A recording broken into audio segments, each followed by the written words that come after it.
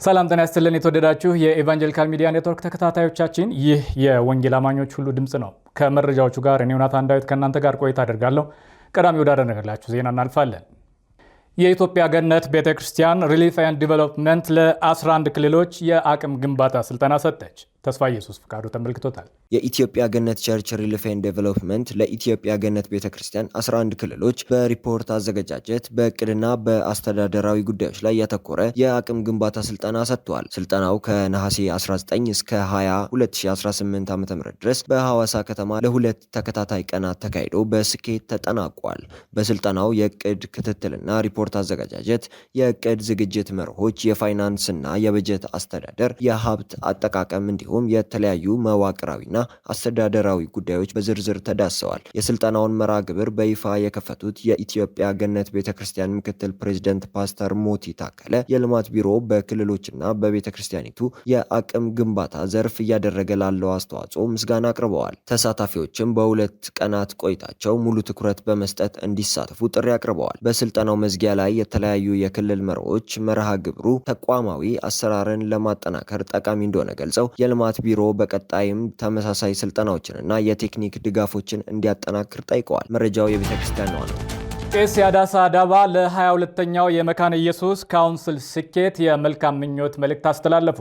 ቃል ኪዳን መላኩ ተጨማሪ አላት። ኑሯቸውን በአሜሪካ ያደረጉት የቀድሞ ኢትዮጵያ ወንጌላዊት ቤተክርስቲያን መካነ ኢየሱስ የክብር ፕሬዝዳንት ቄስ ያዳሳ ዳባ በስኬት የተጠናቀቀውን 22ኛው የቤተክርስቲያኒቱ የካውንስል ስብሰባ አስመልክተው የመልካም ምኞት መልእክታቸውን ልከዋል። አስቀድሞ ቤተክርስቲያኒቱ ያካሄደችው 22ኛው የካውንስል ስብሰባ በተለያዩ ኃላፊነቶች አዳዲስ መሪዎችን በመምረጥ በስኬት ስለመጠናቀቁ መልካም ዜና መስማታቸውን ገልጸዋል። ለዚህም ውጤት አንድ ላይ በመቆም ወደዚህ ስኬት ለደረሱ የቤተክርስቲያኒቱ መሪዎች ለሆኑት የቤተክርስቲያኒቱ ፕሬዝዳንት ቄስ ዶክተር ዮናስ ይገዙ፣ ምክትል ፕሬዝዳንት አቃቢ ነዋይ፣ ጠቅላይ ጸሐፊ፣ የሥራ አስፈጻሚ ቦርድና መላውን የካውንስሉን አባላት እንኳን ለዚህ ያበቃችሁ በማለት መልካም ምኞታቸውንና አድናቆታቸውን አስተላልፈዋል። የክብር ፕሬዝዳንቱ በላኩት አባታዊ መልእክት የቤተክርስቲያን መሪዎች በአንድ መንፈስ አንድ ላይ በመቆም አስፈላጊ ውሳኔዎችን ሲወስኑ ማየት አስደሳችና አበረታች መሆኑን ገልጸዋል። አክለውም በኢትዮጵያ ወንጌላዊት ቤተክርስቲያን መካነ ኢየሱስ ከዚህ ቀደም ስለ ስራውና አሁንም በመስራት ላይ ስላለው ነገር ሁሉ ክብርና ምስጋና ለእግዚአብሔር አቅርበዋል። እግዚአብሔር ይህችን ቤተክርስቲያን በኢትዮጵያ ብቻ ሳይሆን በአፍሪካና በመላው ዓለም ምስክር እንዳደረጋት እምነታቸው መሆኑን ቄስ ያዳሳ በመልእክታቸው ገልጸዋል። እናም እግዚአብሔር ታላቅ ያደረገውን የትኛውንም ፍጥረታዊ ሰው ዝቅ እንዳያደርግ እንዲሁም እግዚአብሔር በአገልጋዮቹና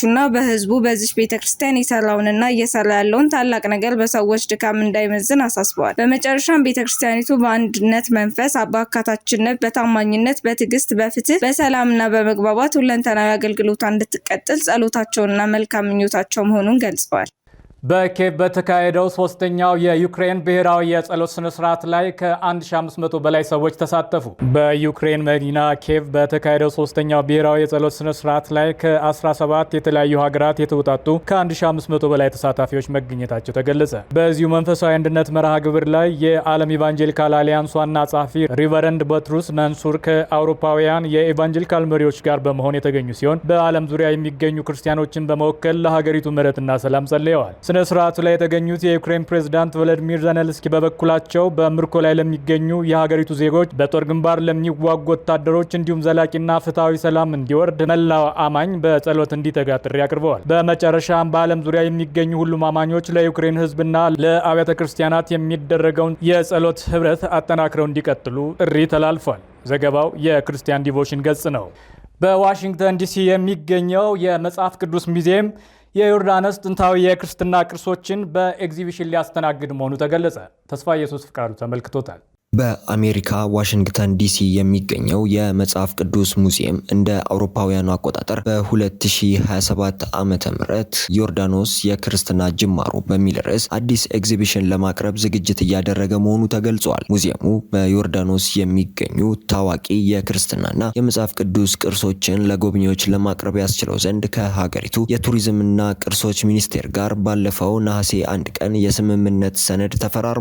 የሙዚየሙ ፕሬዝዳንትና ዋና ዋና ስራ አስፈጻሚ ዶክተር ካርሎስ ካምፖ እንደተናገሩት ይህ ኤግዚቢሽን የዮርዳኖስን ታሪካዊና መጽሐፍ ቅዱሳዊ ቦታዎች ለዓለም አቀፍ ማህበረሰብ በሰፊው ለማስተዋወቅ ትልቅ እድል ይፈጥራል ብለዋል። ቀደም ሲል በቫቲካንና በጣሊያኗ አሲሲ ከተማ ቀርቦ የነበረው ይህ ኤግዚቢሽን የዮርዳኖስን የክርስትና ታሪክ ከጥንት እስከ ዛሬ የሚያሳዩ በርካታ ብርቅዬ የአርኪኦሎጂ ግኝቶችን ያካተተ ነው። በዩኔስኮ የዓለም ቅርስነት የተመዘገበውና የኢየሱስ ክርስቶስ የጥምቀት ስፍራ የሚባለው ቢታንያ ቢዮንድ ዘ ዮርዳን ከዮሐንስ መጥምቅ ታሪክ ጋር የተያያዘው ማካኤሩስ እንዲሁም አቃባ፣ ፔትራ፣ ማዳባ፣ ኡምቃይስና ኡምኤር ራሳስ ይገኙበታል። በተለይም የማዳባ ጥንታዊ የሞዛይክ ስራዎችና በአገሪቱ የሚገኙ አንጋፋ አብያተ ክርስቲያናት ዮርዳኖስ በመጽሐፍ ቅዱስና በክርስትና ታሪክ ውስጥ ያላት ጥልቅ መንፈሳዊና ታሪካዊ ስፍራ የሚያጎሉ መሆናቸው ተመላክቷል። መረጃው የክርስቲያን ዴሊ ነው።